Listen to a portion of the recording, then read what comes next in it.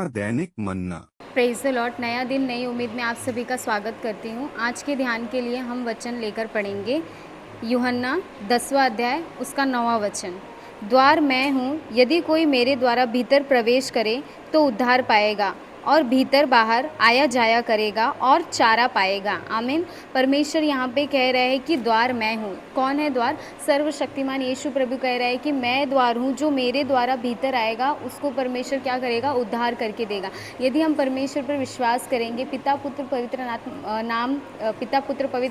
आत्मा के नाम से बपतिस्मा लेते तो हम परमेश्वर के पुत्र और पुत्री कहलाते, और परमेश्वर निश्चय हमारा उद्धार करके देता है जब हम उसके वचनों में बने रहते हैं और परमेश्वर के निकट हमेशा रहते हैं। यदि हम देखें कि जिनका उद्धार नहीं होता उनकी वो कैसी परिस्थिति में पड़े रहते हैं। यदि हम एग्जाम्पल ले, जो अन्य जाति है वो उनके अंदर शैतान की क्रिया होती है और वो उनका कभी भी अनएक्सपेक्टेड डेथ हो जाता है तो उनकी आत्मा को शांति नहीं मिलती और वो शैतान जैसे वो क्या करते हैं, धरती पर भटकते रहते हैं और वो किसी न किसी को ढूंढते रहते हैं, किसी न किसी खोज में कि किसके शरीर के द्वारा कार्य करें। तो इससे ही हमें पता चलता है कि परमेश्वर यहाँ पे कहता है कि उद्धार का फाटक कौन है? सर्वशक्तिमान यीशु प्रभु है। यदि हम उसको नहीं जानेंगे तो हमारा उद्धार होना संभव नहीं है। नीचे के वचन में परमेश्वर कहता है कि उद्धार पाएगा और भीतर आया जाया करेगा और चारा पाएगा। मतलब परमेश्वर को यदि हमने विश्वास किया, ग्रहण किया, तो हम परमेश्वर के निकट रहेंगे, उसके राज्य में प्रवेश करेंगे और हमारा जो भी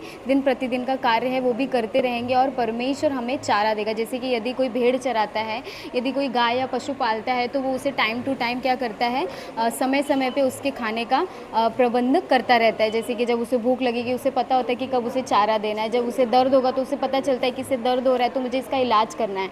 तो परमेश्वर ऐसे हमसे कहता है कि हमारी जो भी तकलीफ़ है, परमेश्वर हमारी जितनी भी ज़रूरतें हैं, परमेश्वर हमें वो दे करके हमें परमेश्वर अपने बेटे बेटी के नहीं हमें अंत तक चलाएगा और हमारी सारी ज़रूरतों को परमेश्वर पूरी करेगा। जिस भी चीज़ की हमें कमी होगी, यदि हम परमेश्वर के निकट आकर उसे कहेंगे तो परमेश्वर हमारी ज़रूरतों को पूरा करता है। परमेश्वर को पता है कि हमें खाना कब है, हमें भूख कब लगती है। परमेश्वर टाइम टू टाइम हमारे सारे नीड्स को क्या करता है? फुलफ़िल करता जाता है। इसीलिए इस वचन में परमेश्वर कह रहा है कि द्वार केवल यीशु है। परमेश्वर का वचन सत्य और दो धारी तलवार है, जो परमेश्वर हालेलुया हालेलुया परमेश्वर का सत्य वचन हमारे जीवन में कार्य करके बड़े ही काम को कर सकता है। जो ऐसे लगता है कि असंभव है, उसे भी परमेश्वर संभव करके दे सकता है। उद्धार के द्वारा हम परमेश्वर के अनंत जीवन में प्रवेश करते हैं, ना कि अन्य जाति की तरह। जैसे कि जो लोगों को उद्धार नहीं मिलता है तो वो इस पृथ्वी पर भटकते रहते हैं। उनकी आत्मा, उनका शरीर तो नाश हो जाता है, शरीर नष्ट हो जाता है, लेकिन आत्मा क्या रहता है? आत्मा जिंदा होके, मतलब आत्मा अन्य तरीके से भटकता रहता है इस पृथ्वी पर। इसी तरह परमेश्वर नहीं चाहता कि हम उसके बेटी बेटियाँ यहाँ पर भटके। परमेश्वर हमें एक अनंत जीवन देने की आशा परमेश्वर ने हमें दी है, जो स्वर्ग में हमारे लिए रखा गया है। इसीलिए परमेश्वर हमसे कहता है कि मेरे द्वारा तुम्हें प्रवेश मिलेगा। मैं ही सत्य हूँ, मैं ही मार्ग हूँ और मैं ही जीवन हूँ। मेरे अलावा और कोई परमेश्वर है ही नहीं जो तुम्हें उद्धार कर सकेगा।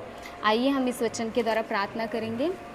हालेलुया। परमेश्वर पिता प्रभु जी, इस वचन के द्वारा प्रभु जी आप देखने वाले हर एक को प्रभु जी आशीषित करके दीजिए।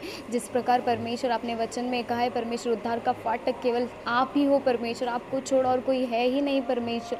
वचन को सुनने वाले की परमेश्वर शरीर में, आत्मा में, प्राण में परमेश्वर छुटकारा आने के लिए, वे उद्धार पाने के लिए परमेश्वर, आपके स्वाद को चक्कर उद्धार पाने के लिए प्रभु जी आप सहायता और मदद कीजिए परमेश्वर। उन पर दया कीजिए, उनके सारे पापों को क्षमा करके प्रभु जी उनके सारे रोगों को चंगा कर परमेश्वर आप अपना बल और सामर्थ्य उनके अंदर प्रकट करके अनेक चिन्ह चमत्कार कीजिए परमेश्वर पिता। इस वचन को देखने वाले हर एक को परमेश्वर आपके हाथों में सौंपते हैं प्रभु जी।